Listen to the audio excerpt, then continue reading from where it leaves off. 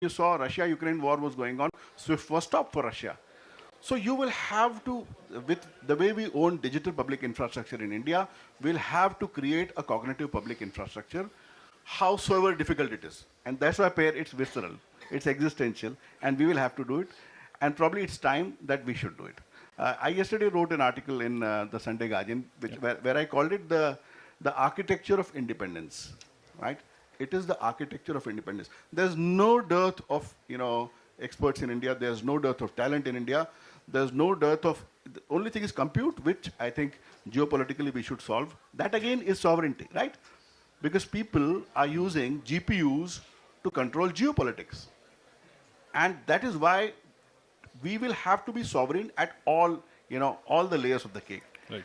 And I believe that when you apply these systems to policing, you will have to go for trust and transparency. And it has created problems. On the other side, it's become a force multiplier. It has hugely enabled the criminal ecosystem. We have polymorphic malware. You have, there was a company called ARUP, I think it's an advertisement company or something, where the CEO came on a live Zoom call and they lost $30 million, right? This is the state at which AI is evolving. Do we have real-time policing? Sir, explained that policing is not so real-time. So you will have to increase both capability and capacity, and this needs a serious thought right now. So, we need sovereign AI. Thank you, sir. And again, as expected, very, very relevant points. So that reminds me of interview by Jensen Huang a few years back. He said, I met your prime minister all before this AI hype, when it's about in very initial stages. And he said, your prime minister told me that I don't want to export data to import intelligence. He said that was really remarkable for a world leader to think in those times. So I think very relevant points you also echoed. But good that, sir, you brought compute in picture, because compute is something where we really have to make progress. In fact, the rest of the world. And then I would love to bring Peer maybe at later stage. So with this, then I would like to move to Martin. Martin, thanks a lot, first of all, traveling all the way to India to attend the AI Summit and being with us. Martin, in your role as in Teradata, as a leader in data analytics, big data implementation, you have been quoted twice in Data IQ's 100 most influential people in data-driven business. And what's remarkable, I was looking at your website where you are now saying that stop managing data, activate intelligence. So, and I also read your article about the large-scale compute requirement which is going to come. For example, you gave a healthcare example where every patient will be followed by an agent, and he'll be firing like hundreds and thousands of queries to make sure that you have that hyper personalization experience. So with that kind of compute requirement, Martin, do you think that we are ready for sovereignty from day one, or as everybody said, you have to tackle it layer-wise? So what do you think, especially when you come to the layer of data? How the data structures a country like India can make sure that they are sovereign in those aspects. Yeah. So over to you. Thank you, and good morning, everybody. Lovely to be here. There's a lot to unpack in your question, and we should come back and we should talk about the implications of potentially millions of agents running thousands of queries, because I think that is a very important consequence of where we're going that we should think about. But you're absolutely right. At Teradata, we think that the first and the most fundamental layer is the data layer. There is no good AI without good data, so it's incredibly important we get that right. And there are some principles that have proven to be more or less timeless. And if I speak about timeless in terms of IT, I'm speaking, they've proven to be good over 3 or 4 decades. That's the kind of event horizon, isn't it, for technology? So we need to focus on capturing the most detailed data that we can. We need to make sure that we are capable of integrating that data so that we can solve complex problems across domains, I guess in defense, air, space, maritime, land, cyber, increasingly. That requires that we can connect the dots. And then we need to expose a simplified representation of that data so that a hard-pressed individual operating under pressure can make sense of the data, and also so that we can, as we increasingly open that data platform to agents, so we reduce the risk of hallucination for the agents as well. So those are 3 principles that I think have stood the test of time. When we think about a modern data foundation, and we tend to use this word data modernization a lot right now in the industry, a difficult term. I think I would say that data modernization can mean whatever the vendor sat across you wants to sell you that day. So we should be careful with the term. But I think there are two things that are really important in this idea of data modernization. The first is this idea of open table formats. And the promise of open table formats is that we can store more data, more reliably, and crucially more cost effectively. And cost effective is important. I was speaking to the Ministry of Defense at one of the smaller European nations last week. Their next generation AI data platform that they envisage to integrate those 5 domains, they think will be a minimum of 2.5 petabytes of data. For a country of the size complexity of India, I think you can multiply that by at least 10. So being able to store large volumes of data and to fuse that data, that sensor data, cost effectively is very important. But the more important consequence of open table formats is this idea of interoperability. This idea that we cannot possibly predict, sat here in this room today, which models and which technologies will be the most important 4 or 5 years from now. And this idea that different technologies, different processing engines have different strengths and weaknesses for different applications. And so we need to be able to support many of them.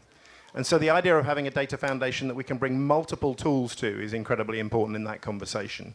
The other modernization conversation that's very important is data products, but we probably don't have time for that discussion today. And then that brings us to why are we building this data foundation? Well, we're building this data foundation so that we can bring AI to that data foundation, and increasingly so we can bring agentic AI to that foundation. And I think there are a couple of things that are important to think through there. The first is I think we can get very wrapped up around the idea of training models, around training the best model, around training our own model. I think that's a little bit of a trap, honestly. When I look at the performance of the open source models, they're generally only 6 months behind the proprietary models. So right now, the open source models are catching up with the proprietary models inside 6 months. And those open source models, we can inspect the architecture, we can inspect the weights, so we can be pretty confident in those models.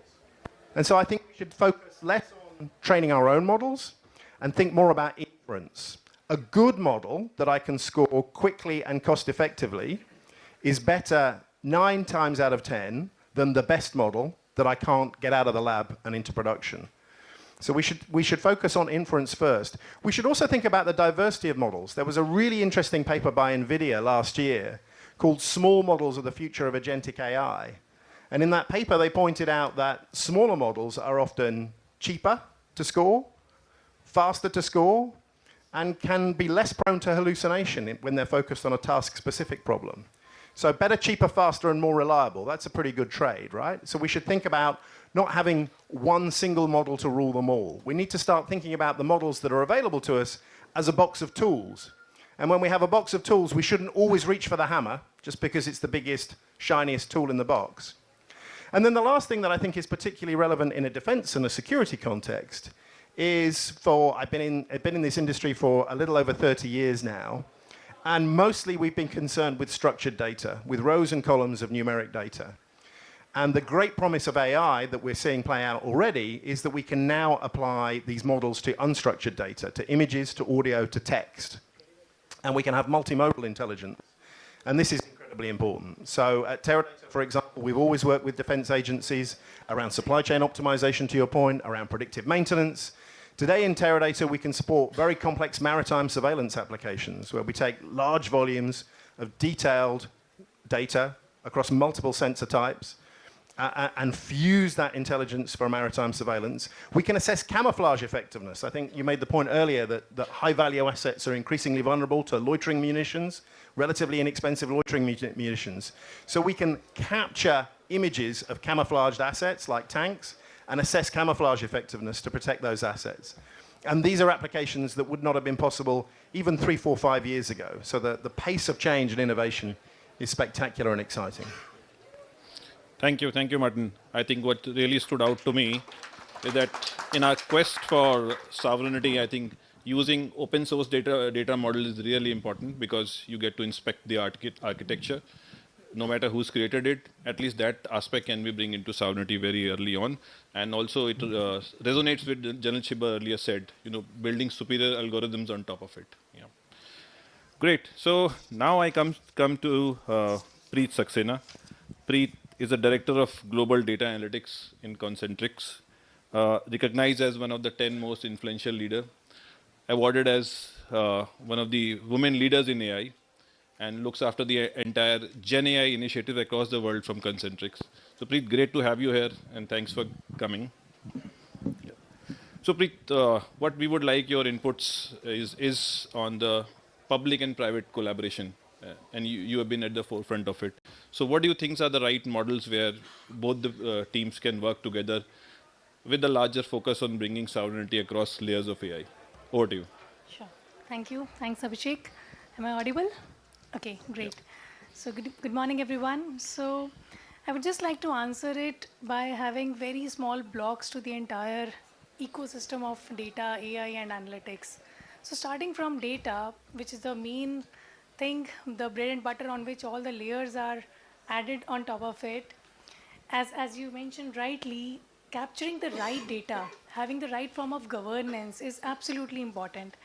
I think starting from residency, the data residency aspect, in which India has already initiated the DPDP Act, which is very, very absolutely relevant, and that would be the first foundational layers to it. So once we have ensured that all our healthcare data, PI information, all the transactions we are made are residing in our own country, that's a foundational layer in terms of residency. Then we need to have the right layer of governance on top of it. And when I say governance, like, do we have any biasness in the data? Are we capturing in the right formats, right shape? So that is absolutely important, because data governance is going to be the next key thing for your success for any program, any analytics or AI program that you run across. Now here, when we have the data residency solved, governance solved, and then on top of it we try to apply any AI models on top of it. And I completely agree to your point, which you said, like, open source are much speedy to market, we should leverage that, but with all the relevant guardrails. So here I believe public and private partnership can have a great role. Like, can we have a challenge based programs, can we have some hackathons in which public sector also and private sector also come across with various prototypes, and those prototypes can later on be put into mass productions. But that can be a great collaborative formats, and because open source these days are like very, very speedy to the market, they are actually solving the real problems, and they are coming up with very innovative concepts that we haven't thought of enough. So here I feel like public private collaboration can really be of help, and there are various you can say unique models to curl that out, be it challenge based, be it hackathons, or in any other formats. So once we have the AI layer sorted out and have the relevant models built, then comes the consumption layer. Now, as my fellow panelist was saying, like, there is no industry today right now which is not affected by AI. You name any industry, we have the analytics use cases. Why? Because we have the right set of techniques, especially in defense area. Any anomaly detection, any pattern recognition, we can put the right alarms, right setups. Okay, this is something which is going off the track, and this we should highlight, we should raise the relevant alerts. So in those mechanisms, the user, especially in the defense sector, is absolutely important and can be done on real time.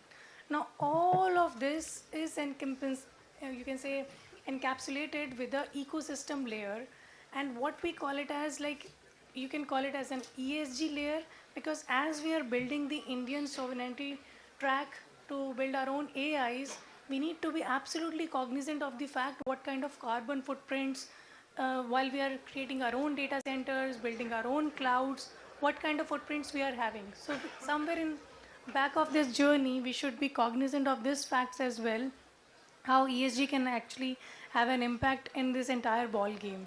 So that's all my thoughts, Abhishek. Thank you so much, Preet. I think, yeah. My takeaway from you is that open source, but with guardrails. Quick to go to market, innovative. Yeah. And you also talked about the consumption layer, but most importantly, you came towards the end on the ESG side of it. I'm very sure we are going to have one more session sometime in future on ESG, and we'd love to invite you and express your thoughts. Because after all, data centers, wherever we read, US or anywhere, local communities are, they are really affected by it. Thank you so much, Preet. Okay, so towards the end, I come to Mandar. Last but not the least, Mandar is the National Security Officer of Microsoft India and Asia Pacific, and is at the forefront of Microsoft's security initiatives, including cyber. So, Mandar, your thoughts about adoption of AI in general, because your platform, as we say, various layers, while that layer can be addressed later, but whatever is built on top of it is actually what we debated can be, the early adopters of sovereign AI. So over to you, Mandar. Right. Thanks. I think interesting, and I have the advantage of speaking after everybody. So I'll just take one more minute, right? I think a lot of speakers before me talked about sovereignty and different words used, visceral and emotional and all that, right?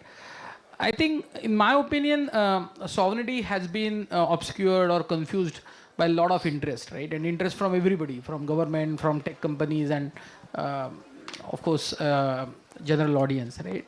But sovereignty, and in my role, I work with a lot of governments, including the Indian government. I had privilege of working with some of the Indian defense folks as well. Sovereignty is fairly simple, right? Essentially, it's 4 layers. The layer number 1 is data, right? Data sovereignty. We whole started with data residency, but then given the geopolitical situation and some of the incidents, we actually now talk about data sovereignty. How is my data protected? Nobody else has access. Nobody else has jurisdictional access to my data, right? That's data sovereignty. The second layer is operational sovereignty. A couple of speakers before me spoke about how can nobody else switch me off, right? Operational sovereignty is fairly simple, so that my business can continue. I can continue to trust that cloud or AI without somebody else having ability to switch off. Tech, this is where things become a little complicated and interesting, right? Tech sovereignty means I should be able to build on top of that, right? I'll not get into debate of closed source, open source, commercial, right?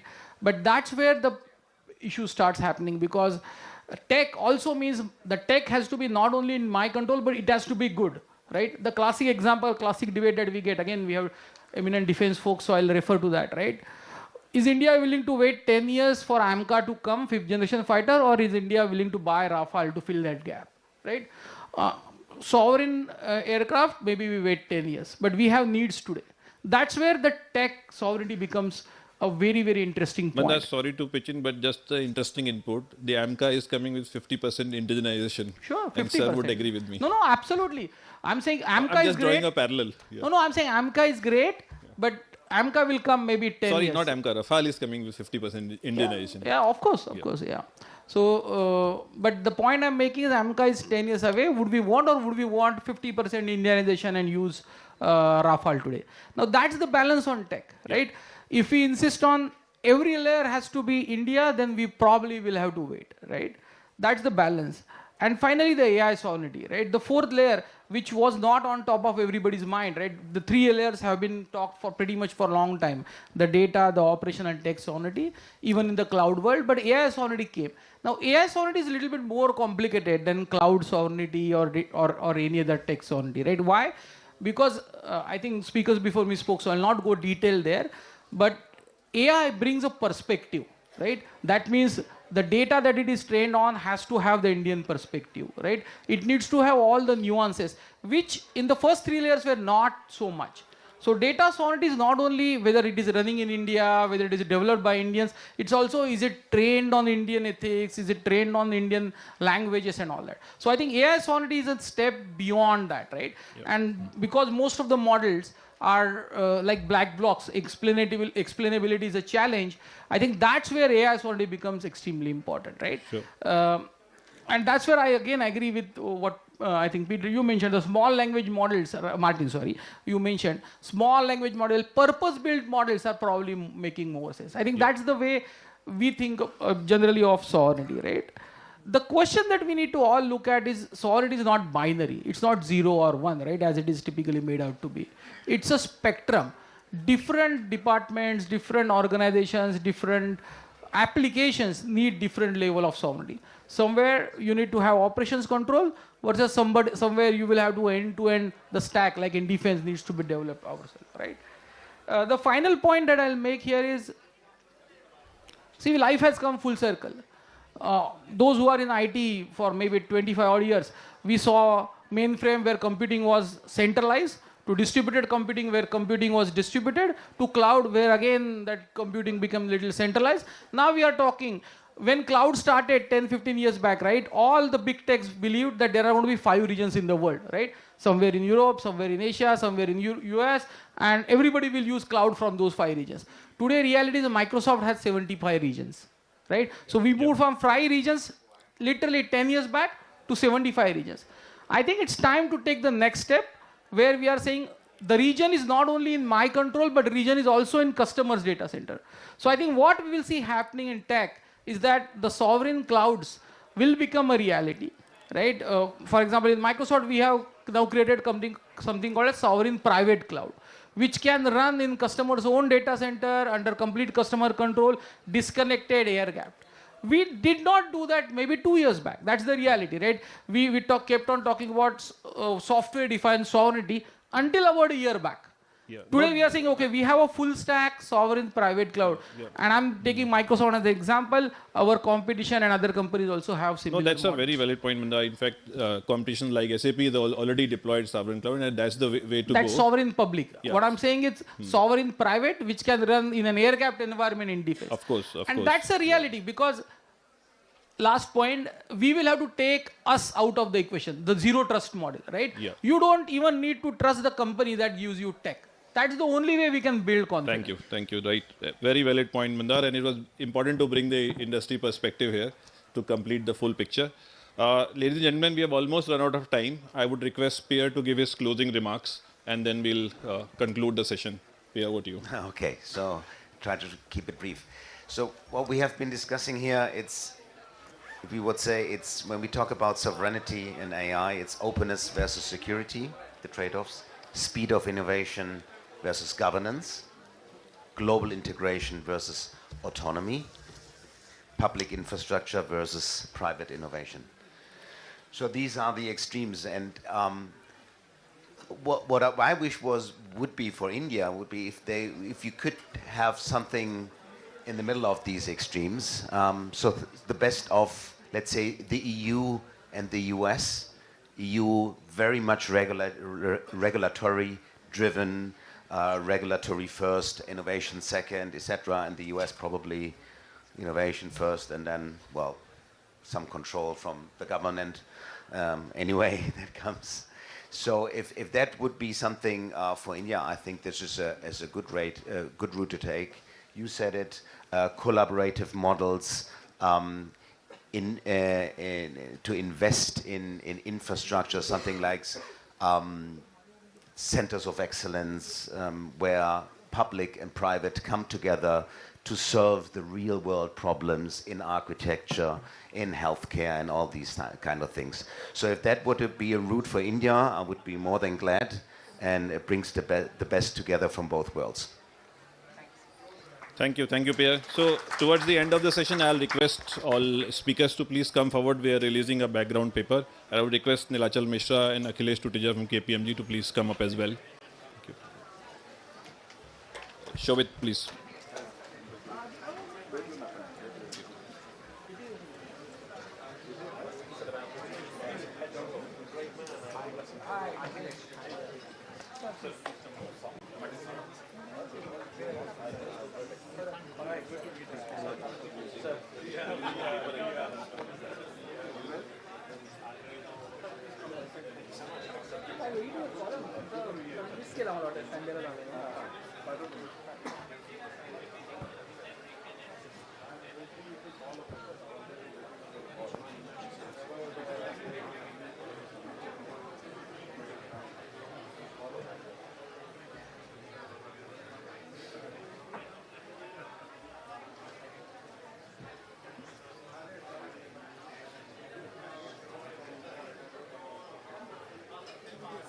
You saw Russia-Ukraine war was going on, SWIFT was stopped for Russia.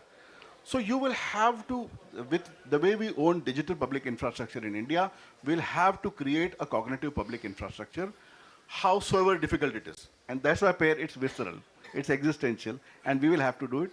And probably it's time that we should do it.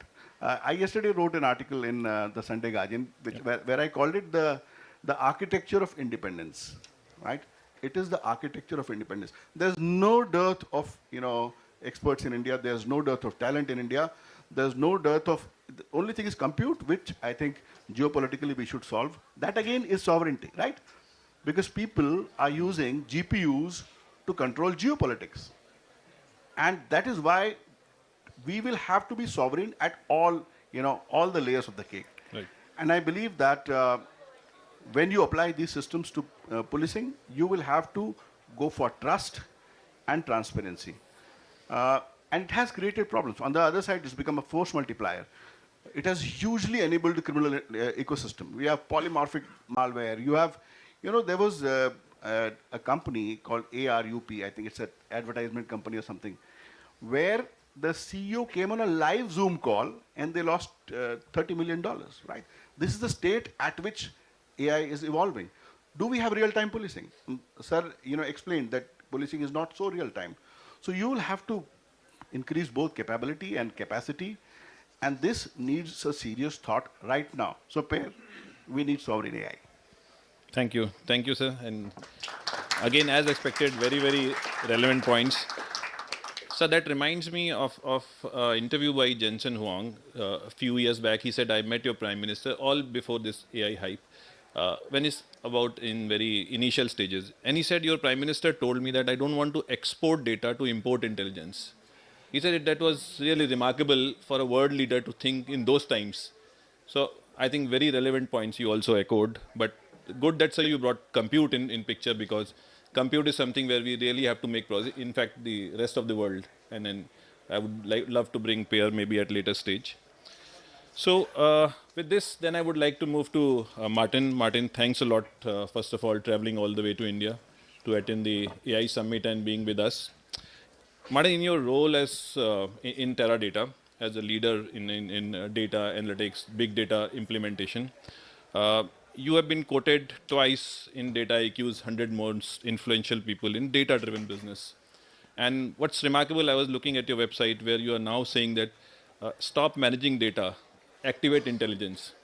So, and I also read your article about the large-scale compute requirement which is going to come. For example, you gave a healthcare example where every patient will be followed by an agent, and he'll be firing like hundreds and thousands of queries to make sure that you have that hyper personalization experience. So with that kind of compute requirement, Martin, do you think that we are ready for sovereignty from day one, or as everybody said, you have to tackle it layer-wise? So what do you think, especially when you come to the layer of data, how the data structures a country like India can make sure that they are sovereign in those aspects? Yeah. So over to you. Thank you, and good morning, everybody. Lovely to be here. There's a lot to unpack in your question, and we should come back and we should talk about the implications of potentially millions of agents running thousands of queries, because I think that is a very important consequence of where we're going that we should think about. But you're absolutely right. At Teradata, we think that the first and the most fundamental layer is the data layer. There is no good AI without good data, so it's incredibly important we get that right. And there are some principles that have proven to be more or less timeless. And if I speak about timeless in terms of IT, I'm speaking, they've proven to be good over 3 or 4 decades. That's the kind of event horizon, isn't it, for technology? So we need to focus on capturing the most detailed data that we can. We need to make sure that we are capable of integrating that data so that we can solve complex problems across domains, I guess in defense, air, space, maritime, land, cyber, increasingly. That requires that we can connect the dots. And then we need to expose a simplified representation of that data so that a hard-pressed individual operating under pressure can make sense of the data, and also so that we can, as we increasingly open that data platform to agents, so we reduce the risk of hallucination for the agents as well. So those are 3 principles that I think have stood the test of time. When we think about a modern data foundation, and we tend to use this word data modernization a lot right now in the industry, a difficult term. I think I would say that data modernization can mean whatever the vendor sat across you wants to sell you that day, so we should be careful with the term. But I think there are 2 things that are really important in this idea of data modernization. The first is this idea of open table formats. And the promise of open table formats is that we can store more data, more reliably, and crucially more cost effectively. And cost effective is important. I was speaking to the Ministry of Defense at one of the smaller European nations last week. Their next generation AI data platform that they envisage to integrate those 5 domains, they think will be a minimum of 2.5 petabytes of data. For a country of the size, complexity of India, I think you can multiply that by at least 10. So being able to store large volumes of data and to fuse that data, that sensor data, cost effectively is very important. But the more important consequence of open table formats is this idea of interoperability. This idea that we cannot possibly predict, sat here in this room today, which models and which technologies will be the most important 4 or 5 years from now. And this idea that different technologies, different processing engines have different strengths and weaknesses. Now you have a device which is coming and talking to me, but what if it goes wrong? Even when farmer is standing in the field with traditional knowledge, with his all seniors and ancestors and very well experienced people, still things go wrong and there is nobody to hold accountable to. And then we expect him that this is the device, it should replace all your wisdom, all the experience, and this is the best thing to be. The world is just moving on moon right now with this device, so you just take it. And if you don't take it, he rightly said there is fear of missing out. You are no more the mainstream person. So there itself we are creating the layers, and these layers are kind of filters which are filtering the profit, which are filtering the benefits, which are creating barriers to accessibility and also to improvisation. A person or the group of people or the villages which are technically smart, accessible, having a good bandwidth of internet, near to city, having good smartphones, women usually excluded because either they do not have a smartphone or they do not have the time to do it. So we are kind of narrowing down with the data, with the users, and also with the area from which we are trying to train our problem, which we are trying to train our model. So in a way, I would say all of this, again, this becomes multimodal itself. If we have to make a policy, it should just not be pilot to policy, it should be policy at scale. Scale data should go into developing the policy, public to policy, not pilot to policy, where trust is embedded. I strongly speak for embedded AI, which is akin to embedded finance. For example, your WhatsApp and RailTel phone, they were not traditional banks, right? But then they allow you to make payments. Google, they allow you to make payments. As simple. In your existing smartphone, you have a payment making agency sitting there. As simple. You don't need the know-how of technology. You just need to have a bank which is somehow linked to it, and somehow you can make a payment. That is the user aspect of it.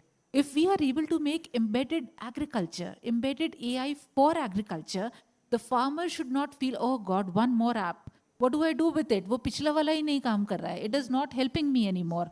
And then gradually there is a trust deficit.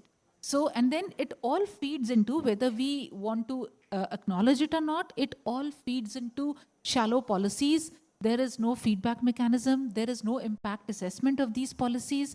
And then there is no improvisation or recovery mechanism that, okay, this didn't work, let us do that. And the last and the most critical thing is, if something goes wrong, who's to be held accountable? Because he has everything which can go wrong, and then he has nobody who will compensate or hold his hands for. So highest stakes lies at the last mile. I love that. So I sit on the board of a crop insurance company, and we've been joking about this, and maybe it's not going to be a joke too soon in the future, is an insurance product for AI, right? So what happens? Who takes the liability of an advisory going wrong? And what's being built into advisory agents today, right? For instance, I'll give you an example of a pest management platform, right? They don't want to take the responsibility of what pesticide you use. So the farmer still makes the decisions. You simply provide a connecting bridge to, for example, a drone-based service or a mechanized human facilitated service. So it's still just a matchmaking facility, but you're not taking responsibility for advisory yet. I think that's a really powerful point. And I also want to, I think you touched on this so elegantly, exclusion by design, not inclusion by design. You talked about how and again, we've talked about this. Sometimes poverty is a policy status quo. It's not that by design you are perpetuating or maintaining a state of exclusion. These are such powerful points. I know Dr. Singla, one of the disadvantages of being the only public sector leader on the panel means, I don't know, these are very complicated issues, right? Like as researchers, it's easy to sit here and think about it and write about it. And I think there is a role that we play, in a way, as mechanisms of evidence and accountability. But when you start thinking about practice, what's the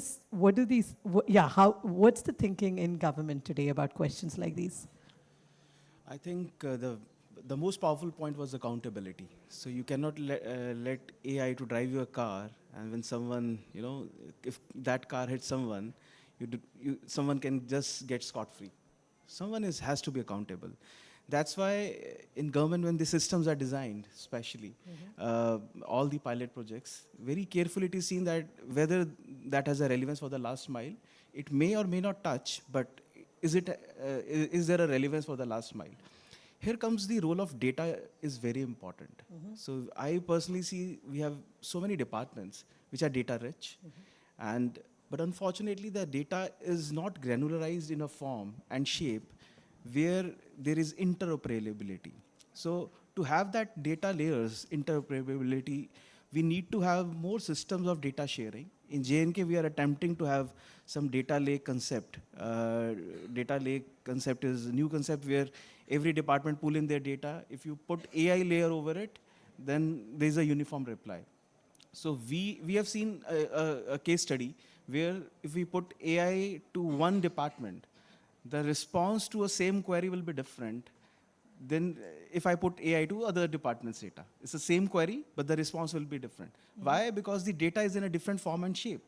So datas are not talking. So we have so much of data. So I think the most important critical right now, in our opinion, before we put any AI layer for any use case, is to have good data interoperability, good data exchange, which data can speak to each other, good form and shape of the data, which can be fed to the systems for training our models, so that we all talk of model drift, we talk of model hallucinations, very common words. But if our data is like that, what model is going to do?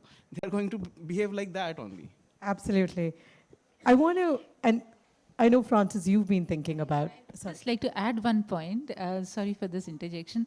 There is, if you just ponder upon it, there is a little bit of a stark difference when the models are made for healthcare, because there the jargon remains with the doctors. And that is consistent. Anywhere in the world, you would have typhoid called as typhoid and TB called as TB and cancer called as cancer. But when it comes to agriculture, the jargon sits with the farmer. And that is extremely, extremely diverse. I mean, we have language, we have dialect, and then we have household language, generational word for a thing. So creating a data lake and interoperability of the data becomes so crucial and critical in agriculture, and this should be addressed first, because for the same thing, you will have so many different words which are coming. It is just not how you describe your problem. Somebody would say stomach ache ho raha hai, somebody would say pet mein kuch ho raha hai, somebody would say I am not feeling comfortable, and then doctor would understand based on the treatment reports. But in agriculture, it doesn't happen this way. So it is very, very sensitive, like a thin glass we are walking on. So data pipelines should be very well structured, culminating into data lakes, and then data talking to each other. May possibly be a way wherein we are addressing the big data of agriculture, including all levels of dialects and even household language for a word. Amazing. Gosh. Maybe, Francis, I'm going to make your job harder then, in a way, right? Because as an AI evaluator and as a sort of having spent a lot of time thinking about this and working on this, Francis, you've been trying to come up with almost like a framework to navigate this complexity, right? That ties in the interests and the incentives and the practical considerations that governments lead with, but also what we know is important from a technology governance regulation standpoint. And finally, an impact standpoint, right? In terms of what we know and what matters, right? Like, while the language might change, we've now worked across different states.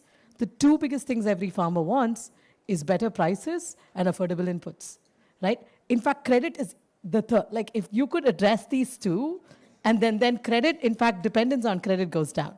So at least the needs are universal. At least there's enough convergence on some of the core things that has a huge impact on their quality of life. But Francis, how, if you were to sort of think about a framework, how would you go about doing it? And do you have advice for governments and practitioners and researchers? Thanks, Deepa. Yeah. Both Dr. Singla and also Professor Kavya ended their like part with a very difficult question, like said the accountability question. When something goes wrong, who's accountable? Who's like responsible? And they also like talked about like there are several challenges that actually kind of leads to like say lack of interoperability of data or lack of feedback from the end users. All that kind of like leads to this like a problem. But like put the question differently. Like we have like lots of pilots from that's what we see in the literature review as well.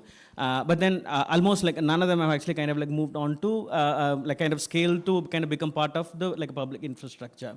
So what would we need for a pilot to become a full scale like project? Like say like what type of like an evaluation or governance architecture that we need to like put in place like so that that we are kind of like confident of the final like results. So along with the literature review, we also did like series of case studies in Africa and also in India. So from those case studies, like what we have actually distilled like 3 like buckets of like issues that that we would need for ensuring that the pilots when they move to like a scale, we could be like relatively like more confident of the results that like could like come out of that. Like so, the first like a pillar is actually the model safety, the model verification that pretty much almost like all the like model like builders, their application like engineers would actually do. They would be like looking at the consistency of the results that coming out of the model, the efficiency like of the model and so on. But in the framework that Athena has actually developed, the question that we actually ask is like beyond like model like safety, like we are asking like model safety like for whom? Like this has been like say the engineers do like a stress testing like for different types of inputs that like Professor Kavya talked about, like say the inputs could come from in varied like fashion because of the language actually changes and so on. So the model could be like tested in the lab like testing, but like was this really tested with like people in the real world like testing? So that's like for the basic like block for model safety. Like say a government that is expecting an AI model to like, be scaled, or like a donor that's actually aiming to fund this should be asking like a series of like question on the internal validity of the model itself, like what data this has been trained on. Is that being trained on like a localized like a data that's specific to the context? That again, like just quoting like Professor like Kavya, in AP that's what like we see in Andhra Pradesh. Like within a vicinity of like a 20 kilometer, we see there is a massive difference in terms of like say the pest incidents in like oil palms, like because of like a difference in soil, like moisture, like a soil quality, like weather and so on. So the model needs to be trained on ultra like micro level data. So that the kind of like checklist that we should be looking at to begin with. The second block, again, Dr. Singla talked about, it's actually the trust and usability. So we should be actually asking question, is the model being tested in the real world with the people who would be ultimately like using it? Do they really understand the model?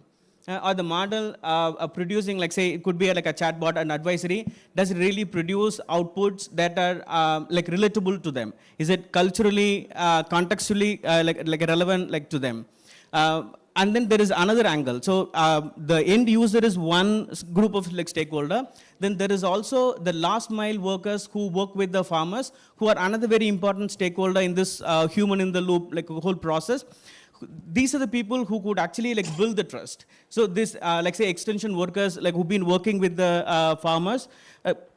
there is actually a level of trust that they enjoy. And now if we build these models jointly with the last mile workers, like say your, like say like the support team or like the red team as we call in AI language, that if this team includes the last mile worker themselves, and if the last mile workers own the model and could really interpret the final output, that will increase the level of trust for the farmers to take the results. And then these two blocks, once we know that the model is safe and the model is working well in the real world, like a setup, and this is also culturally and contextually relevant, and it's also ethically relevant as well, then we should be looking at what is the ultimate impact these models are creating. That's something that we see there is a massive gap in the literature. There's very little that is actually kind of looked into, what's the final impact on the yield, or say on a farmer income and so on. There's one a challenge, even in the morning in Athena's session on benchmarking, we were talking about the ultimate impact is a distant goal. But AI is so fast that it can actually, the version 2 can come in say 4 months. In 4 months, very little changes in agriculture. Yield may not change, soil quality may not change. But in impact, what do we then look at? We should be looking at at least some other intermediate outcomes, so for example, let's say incidence of pest, or say the pesticide residue. Those are intermediate steps, but that will be absolutely important for us to reach the ultimate goal. So once we know that these intermediate steps work, then we could be relatively confident of the final step. In one of our ongoing work in Andhra Pradesh, that's what our idea. We are actually looking at the intermediate outcome. In the second phase, we will be looking at what's the impact of the precision spraying that we are promoting on the productivity and the residue and so on. So just to summarize all this. So the a donor or a government that is actually looking at a funding or scaling AI should be looking at three things. Say, is it really a safe to implement that? There's an internal validity of the model. And then is it really working for the people who actually are intended to use that? And then we should also be sure of what's the impact that it's creating. Wow, thank you so much, Francis. So I do think, so what to measure, I think. Consensus on the what to measure in the context of AI is a good question for us to all ask and find a good answer to and align on and say, make it so simple, at least you're not having to go back and think about what this means, so not everybody has to figure it out in their worlds. I know we have very little time, but I'd like to take at least one or two burning questions from I'm not taking anything from the Athena team, I'm sorry. Yeah.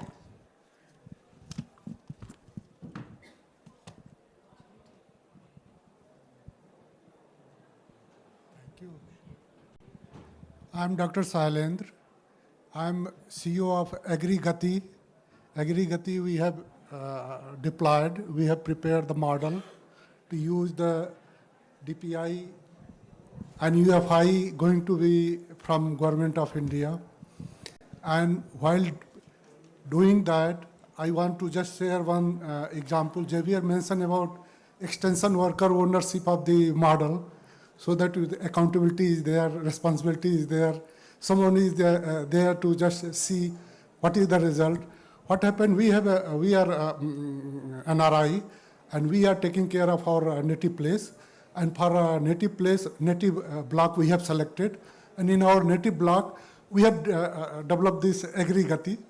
And we have increased 4 to 8 time income of the farmers. Oh, lovely.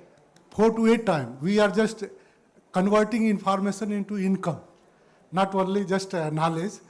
We have seen the agri stack of Government of India. It is static. We have built up the dynamic one, so that there is a soil master sensor, there is a coordinator, and it is delivering directly to pesticide to the farmers. And that dynamism should be there, because it is day-to-day operation. Market is there, market price is there. What we have faced the problem, that the data at block level, district level from Government of India, that coordinate is not that much precise. Drone is going to somewhere else. And these things are there. And we make sure that our model is from bottom to bottom up, so that we have we have selected our native place because we have to be accountable for our native place. Okay, firstly, congratulations. I know I saw another hand go up, and can we just get a round of comments and questions, and then I'll come back. Amazing discussion, and just to introduce myself, I'm a general manager and CTO of Qure.ai. We are an AI readiness company. We have already trained 10 million people across the globe, and we are creating the personalized AI role-based courses and certification. So one of the point that you have mentioned, and I would like to echo on that as well, I feel the mechanism which is missing is a reward mechanism. In India, Indian runs by heart. So, if you want to have an embedded AI, if you want to have an inclusive administration, if you want to have a proper framework, I feel that reward mechanism has to be driven by the government. So that incentive. Exactly, ma'am. Because see, in India, I think it's always, what's in it for me. So, if we can figure out that route, I feel we will get the last mile information from every single farmer you want. The reason everybody is on the WhatsApp, I tell you, we are seeing that there is a digital literacy problem. We have done a survey of more than 10 million people in India. We see everybody out of 10 million people, 98% people are using WhatsApp. So I feel that it's not about the ecosystem. It's about making the reward mechanism much more stronger. But the amazing panel it was and topic was really touchy. Thank you so much. Thank you so much. Gosh, quite a few hands. I'm only going to be able to take two more. I know he had his hand up before, and then you, and I apologize for that. I'm going to have to. Yeah, Madam, this is Gururaj Mahajan. I'm the coordinator for Smart Agriculture and Entrepreneurship Program in India for Tampere University, Finland. So we have been working with agricultural universities from past 14 years. So as you mentioned, we worked on participatory development. So my question to you is, you mentioned about this is an era of embedded AI devices which are happening. For example, one of the Pune-based company, they are looking for the soil testing. As the soil testing cannot take place across the India, so there are limited labs. My question to you is, what is the solution to reach out to the final last mile farmers, madam? I mean, specifically final marginal farmers, madam. I'll come back after that. One more. Yeah, thank you very much for giving me this last opportunity to interact with wonderful panel. Yeah, absolutely. So it's more of a question, or I would not like to bias this discussion by giving my introduction immediately, but I'll hold it for some time. But I can give you an experience that I have an experience of meeting or managing the inputs from 2.5 or 25 million farmers odd. Okay. Now my point is that I'm also a practitioner of AI and from UT Austin, so I keep working on the problems. I always believe that agri is very complex in India. Why don't we take lessons 5 years, 10 years back, which happened in banking and health sector? See, what happened was, when the AI got introduced, banking and health never went for solving everybody's problem on same day. We don't need to boil the ocean. We just need to pick up two clear-cut problems, maybe state-wise, maybe central-wise. Like look at banking. Thousands of problems, but they picked up only that, how do I manage my fraud system? They solved that top-notch, and then they created a web of solving the other problems. Similarly, healthcare. If I go back 10 years or 8 years back when the AI started building up before it coming to India, it was primarily how do I solve the breast cancer problem? Nothing else. And whole lot of exercise across the US and other part of the world, directly or discreetly, were focused only on collecting the information around the same. Nothing else, no else to be solved. And they just nailed it. That created an ecosystem, the environment, the confidence. So what I'm trying to say, can we portray that and bring out agriculture issue 1 or 2 and focus only on that? Thank you. There's a data quality question, particularly Government of India. There is an incentive question, right? There is a question of, and maybe that's what we end with. What's that one burning thing we should solve for in agriculture? And then there is a question of feedback loop. Can we do rapid? Who can take Can I give it? Yeah, maybe the incentive question. Small part. So, yeah, just. Each of you could, and also the burning question. What is that one problem that you think we should solve for, and then we can close? I think it was discussed about the health and the finance sector. It is about creating the DPI, digital public infrastructure, which is like a pipeline which can be used for any different kind of purposes. So, and many use cases can be drawn to it. Where we are heading is creating a DPI structure, so which is based on trust, and you can use n number of cases over the years. Over to the next speaker. Thank you. Very quickly, I just want to respond to your question. When I said like making the last mile workers part of the design team, I meant was they would be part of the trust building process in feeding into that, not making them as accountable, but like this human in the loop would actually having the last mile worker would really kind of help design and also help the workers like own this, and then would be able to like build the trust of the like farmers. And then in one of the ongoing work that we are thinking about, like involving last mile workers who would also be empowered to override the results or like the advisory of the like AI, and they would feed that information back for the next round the model to like develop. So that's the human in the loop that would make the whole process more trustable and accountable.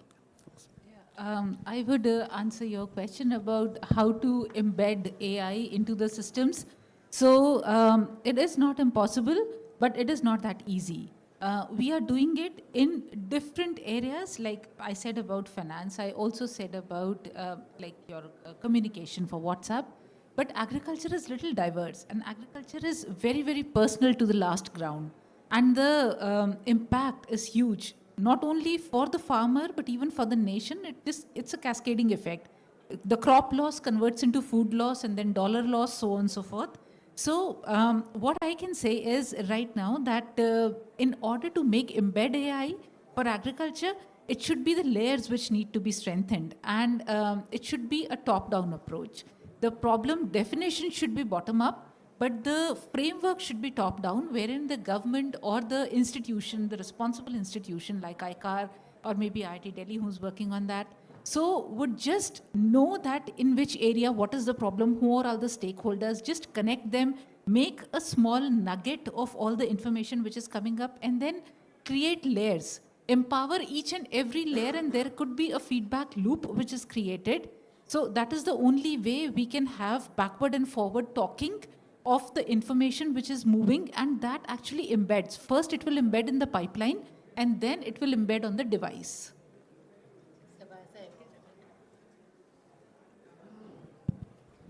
Thanks for that discussion. And one last, as Deepa said, one final thought before we close. I think inclusivity is definitely one thing that would be a key takeaway for me.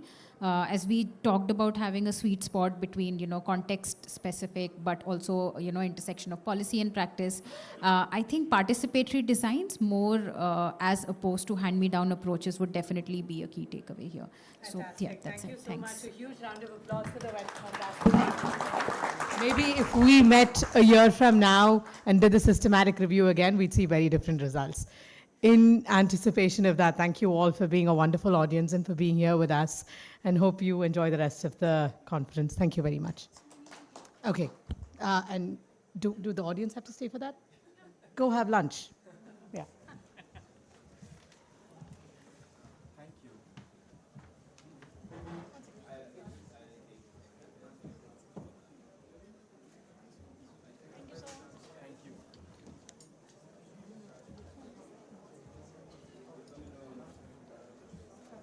Nice session. Amazing.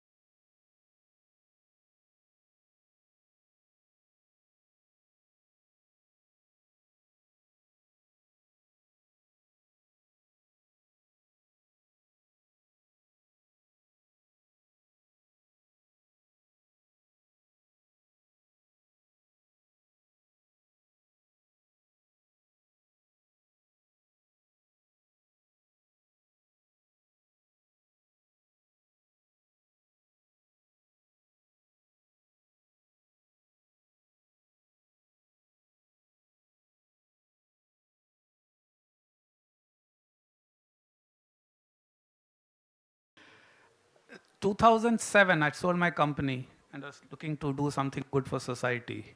That's how I went into a lot of the work we did. My son was born in 2006. He will graduate a couple of years from now.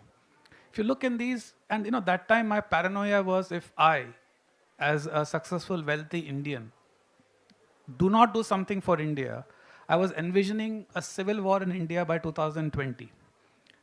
The gap between haves and have-nots, if you project that.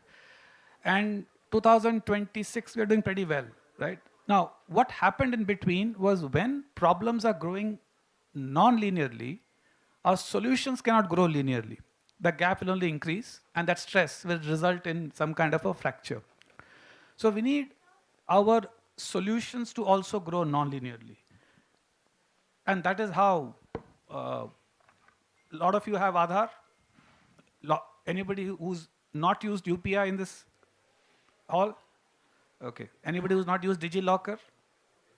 Okay. Anybody who's not used Digi Yatra in airports? So, all of this, how do you take something to the scale of 1 billion plus in a country as large and diverse as India again and again and again, right? We did something and then you have to create a word for it. It's called digital public infrastructure. So India has now more than a decade of experience of coming up with non-linear ways of handling problems that are growing non-linearly. Why is this important now? AI is the ultimate non-linear disruptor.